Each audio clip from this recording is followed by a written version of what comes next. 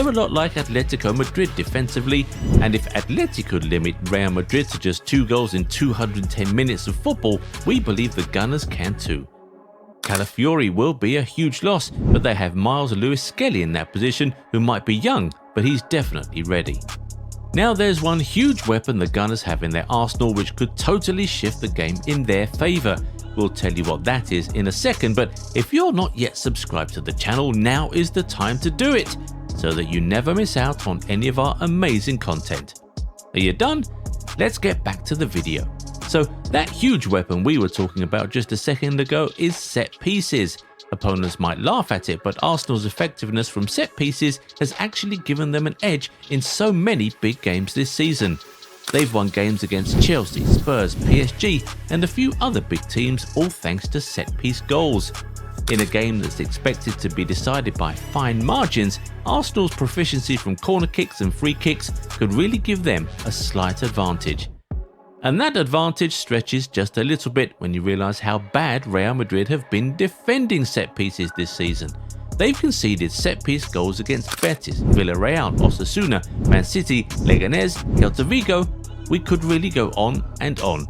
This season it's just felt like Real Madrid would always concede from a corner kick, free kick or penalty. If Arsenal can try to take advantage of this Real Madrid weakness, then they could really be in business. More so, Arsenal will be playing that game with no pressure at all. Remember Arsenal in the 2022-23 season? There was no pressure on them to actually win it all, so they were just out there playing some fine football, and that took them really far that season. That's what this game against Real Madrid could be like for them. Real Madrid, being defending champions and the most successful club in the competition, are definitely favourites going into the tie, and you can see that from the way many people seem to have written off the Gunners long before the game has even started.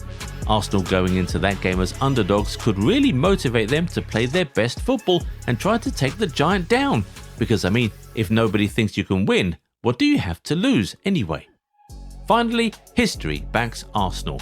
Yes, Real Madrid might have won the most titles in the competition, but they've never beaten Arsenal in the history of the Champions League, so that's something the Gunners have got in their favour.